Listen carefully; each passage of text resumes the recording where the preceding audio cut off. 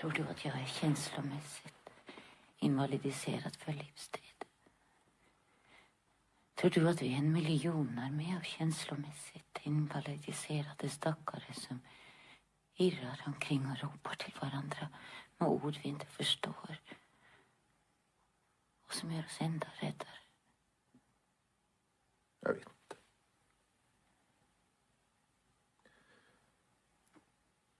Det finns en besvärjelse för oss som inte tror. Vad menar du? Då och då säger jag den tyst för mig själv. Kan du berätta för mig? Jag önskar att någon eller något ska drabba mig så att jag får bli verklig. Jag upprepar gång på gång, måtte jag en dag bli verklig. Vad menar du med verklig? Att höra en mänsklig röst och lita på att den uppstår hos en människa som är gjord precis som jag själv. Att röra vid ett par läppar och i samma tusendel av en sekund veta att detta är ett par läppar.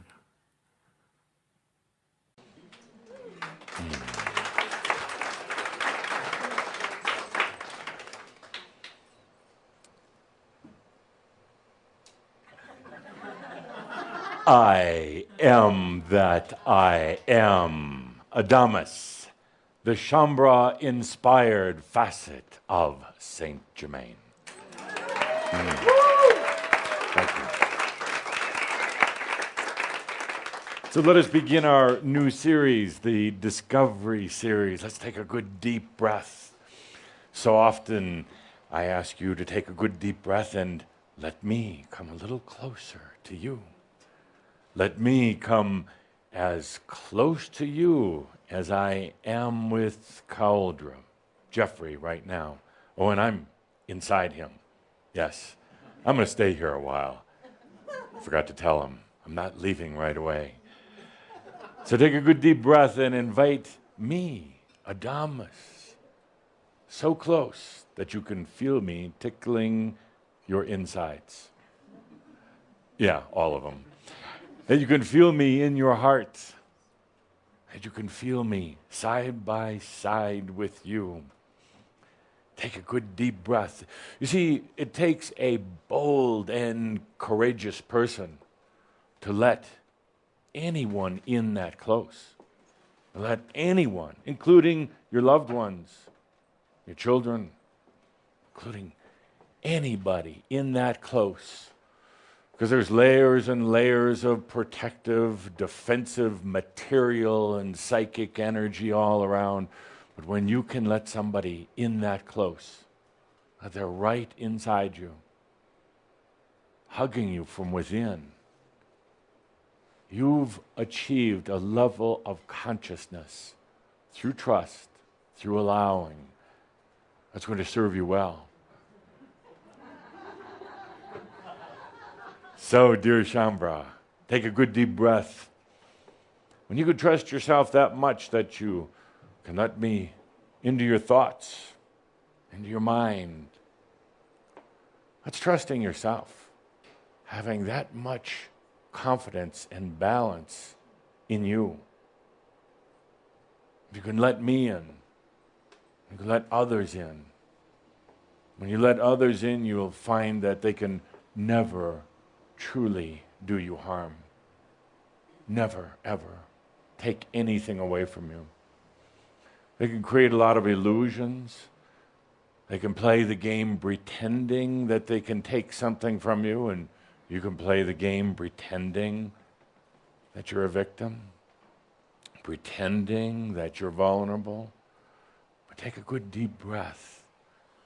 If you can let me in that close, that deeply, that intimately, you've reached a level of consciousness, true consciousness about yourself.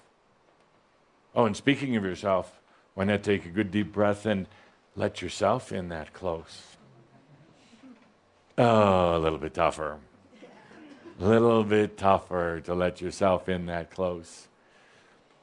We're going to be talking about that and many other things in our Discovery series, but discovering who you are. Yes. Sounds easy. It's not. It's not. It's one of the most feared things. We talked about fear, Jane, you and I, on many occasions. What do you fear the most? Yourself, of course. All of you. Every angelic being. What's the greatest level of resistance or fear, or whatever you choose to call, but it's the toughest thing. We're going to be doing it in our Discovery series. What are you going to learn in the Discovery series? What's the first thing you're going to discover? This is easy. Yourself. Yeah, yourself. First thing. Now, it seemed obvious, and you're like, yeah, didn't we learn this years ago? Well, you heard it years ago, but you didn't learn it. You haven't embodied it, embraced it, or experienced it. Number one, discovering you.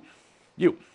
Now, the fact is that whether it's human beings or angelic beings, every being distracts themselves from their self. They do. I don't know why. There's a lot of theories about it. People externalize. Even angelic beings, they externalize. It's part of the, I guess you say, the discovery of the I am, the pursuit of the question, who am I? But very few will ever set eyes upon themselves. Why? It's hard to do. You have a lot of bad memories of the past. There's things you don't like about yourself. And I'm not just talking about the human self. I am talking about the soul self, the spirit self. It's very difficult, do anything to distract. To go out and have battles and wars rather than take a look within yourself. But in this Discovery series, we'll do that. We'll do exactly that. We're going to do it from the perspective of something I mentioned in the last series, something that I think might have floated over most of your heads. We're going to do it from the perspective of total forgiveness. The difficult thing for me, some of the other entities who work with you, is trying to get you to realize that your past is not what you remember it to be at all. But you believe it is. You think it is, and you act accordingly. So we're going to work on this whole concept of looking at the self with the eyes of forgiveness, self-compassion, and coming to the discovery that it is not what you think it was. And I know you're sitting there now thinking, well, yeah, but I remember it wasn't like that. And in this series, we're going to discover you.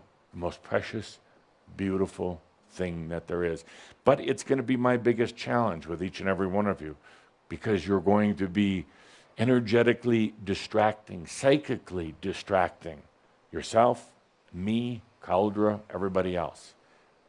Why is it so difficult to look at yourself, to be within yourself? What's that way for all of the beings, not just human beings?